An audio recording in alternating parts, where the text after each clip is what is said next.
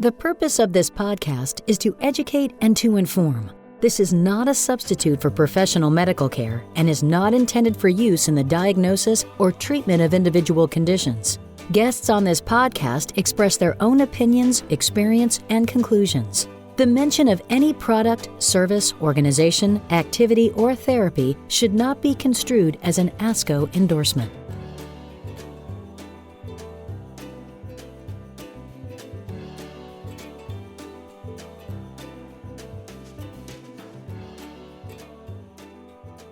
Hello and welcome to the ASCO Guidelines podcast series brought to you by the ASCO Podcast Network, a collection of 9 programs covering a range of educational and scientific content and offering enriching insight into the world of cancer care. You can find all the shows, including this one, at podcast.asco.org.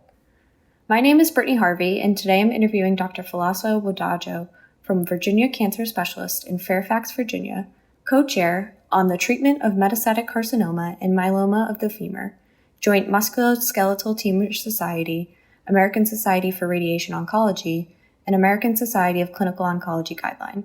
Thank you for being here, Dr. Wodajo. Thank you so much, Brittany. I really appreciate the opportunity to talk about our joint guideline that is being published as we speak.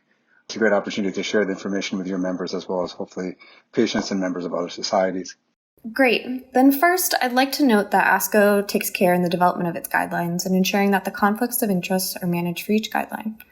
This guideline expert panel was assembled in accordance with the American Association of Orthopedic Surgeons Conflict of Interest Policy Implementation for Clinical Practice Guidelines, and the full conflict of interest information for this guideline panel is available online in the full text of the joint guideline on the MSTS website.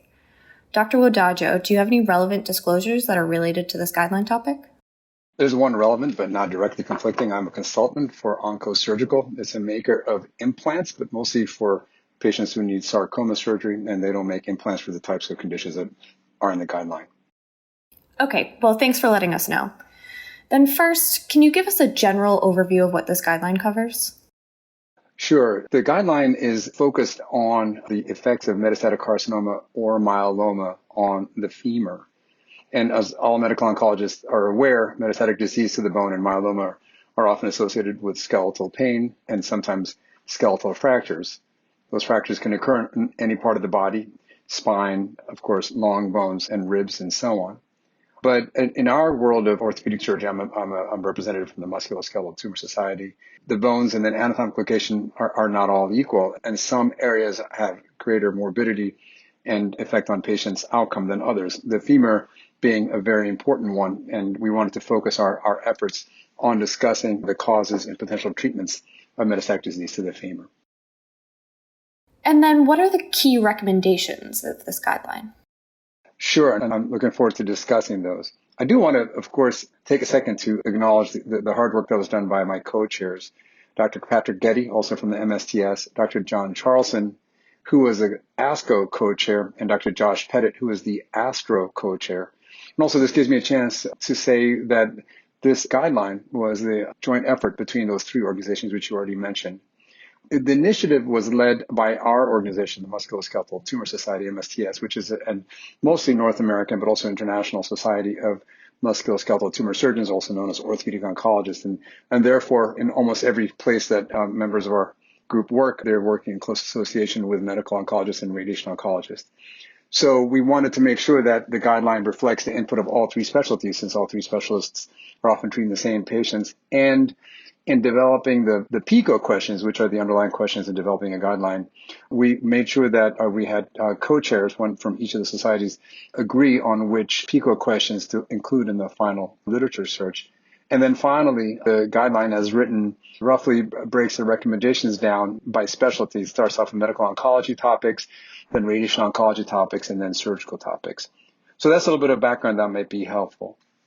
I also wanted to mention that, one of the sort of the meta-level findings was the paucity or the dearth of literature that directly addressed the question at hand, which is what kinds of treatments can prevent femur fractures, and then which therapies are best for patients with disease in the femur that may or may not lead to fractures.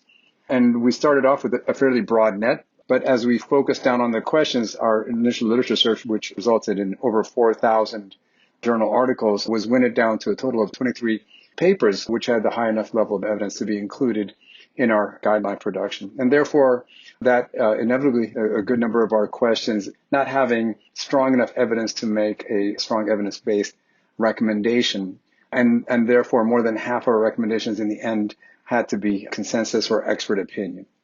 So let me continue with your original question, which is, what are the key recommendations? Well, questions that we were interested in were, number one, were to what extent can non-surgical treatments of a metastatic disease to the femur or myeloma in the femur will reduce the risk of fracture?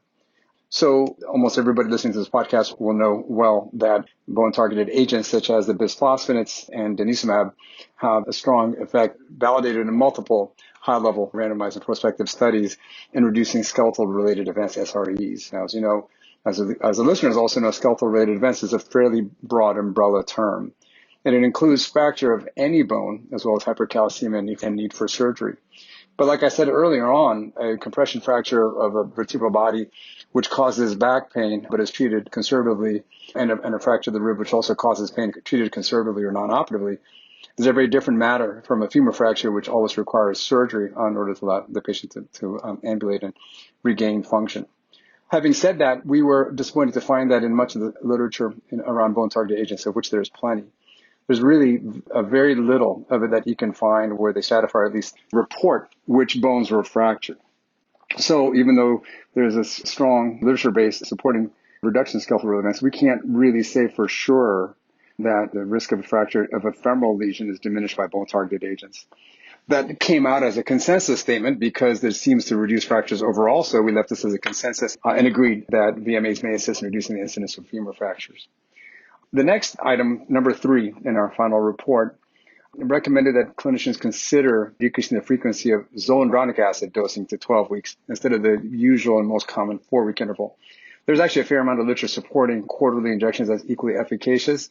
That's mostly focused on zoledronic acid. It may be true for pimidronate. It may also even be true for denosumab, but the literature didn't support that as yet.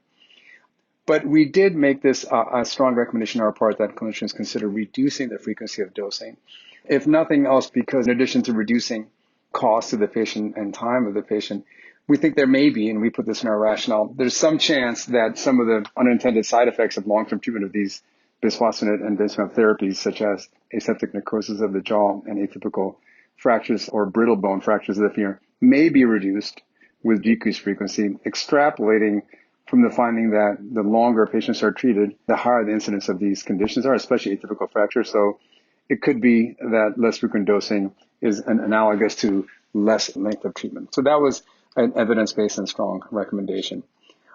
We also then looked at the effect of radiation on bone lesions and whether or not it does reduce risk of fracture.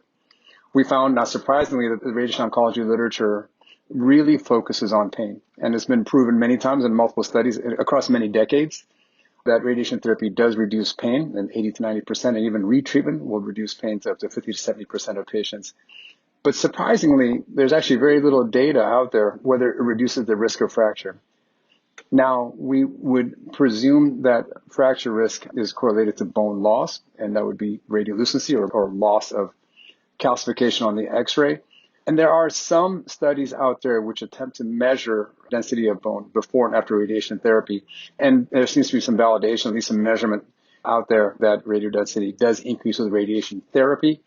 And again, we went from that and extrapolated that fracture risk would thus be reduced.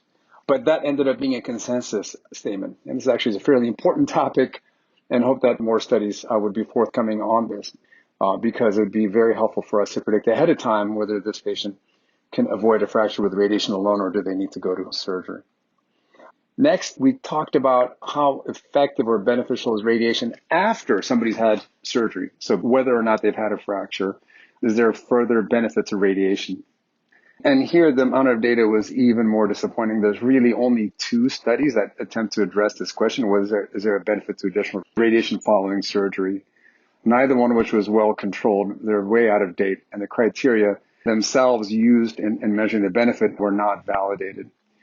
Now, we felt as a work group, again, consisting of medical oncologists, radiation oncologists, and surgical oncologists, in this case, orthopedic oncologists, that the additional morbidity from radiation after surgery is fairly low. So we left that recommendation as that it has some benefit, but that was consensus only.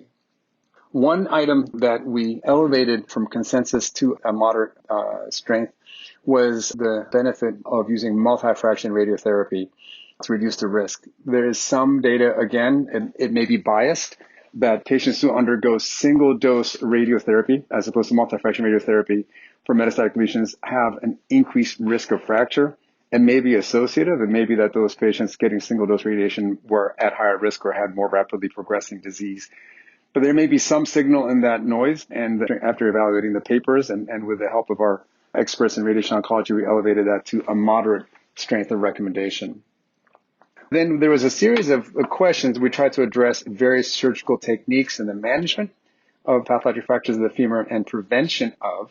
And those questions are really more about surgical technique, and these were addressed to our surgical colleagues in large part. I don't know, and I would suspect that the audience of this podcast probably won't be as interested in these questions as the ones we just discussed. So I'll leave those for another time, but I will say a large number of these ended up being also consensus due to the dearth of evidence. Got it. Well, thank you so much for reviewing those highlights from the multidisciplinary group and the supporting level of evidence. That's very helpful. So in your view, why is this guideline so important, and how will it impact clinical practice? So thank you for the question. I'll answer that in two ways. I think the two items that might be of immediate clinical relevance and, therefore of help to patients and their physicians is number one, further promulgation of the idea of less frequent dosing of bone target agents is equally efficacious. That we felt that if based on our common experiences in our various practices and institutions, that still was not widespread practice. In other words, most patients were still receiving monthly injections of these medications. So we do believe that there is some net patient benefit available to us if those are reduced to quarterly injections for the reasons I mentioned above. So that's one potential immediate or at least, early improvement that we can expect for patients. I think the other one, to some extent, maybe that what I discussed a little while ago about multi-fraction versus single fraction therapy. Again, we don't have a nationwide survey data to tell us how often those techniques are used. Again, based on this sort of experience of the work group, we felt that may not be widely understood. So those are two sort of immediate clinical benefits that may be there for patients. The other way I would look at it is kind of at a meta level. Number one was that this was a cooperative venture in which the design and implementation of the guideline was across 3 organizations. And, many times guidelines do incorporate the viewpoints of people of multiple specialties and sometimes even patient representatives. But it's also, I think, further valuable to have multiple organizations involved because, there's some cross-fertilization opportunities there. Other projects may arise from that. And then also you get what we hope is promulgation of that information to people of different specialties. In other words, the recommendations don't stay inside sort of the ecosphere of one association. Now, when you have multiple organizations working on one project, necessarily gets more complicated, and there's certainly a heavier administrative burden in getting this project initiated and completed, but hopefully the benefits of that will accrue. The other thing which I'd like to mention is that I think the paucity of high-level evidence for the questions we ask, which we believe are important questions for physicians and patients, I think hopefully should stimulate the researchers in these fields to accrue more data so that future researchers and clinicians have access to these information. For example, I suspect that in future prospective studies of bone-targeted agents, those studies are ongoing.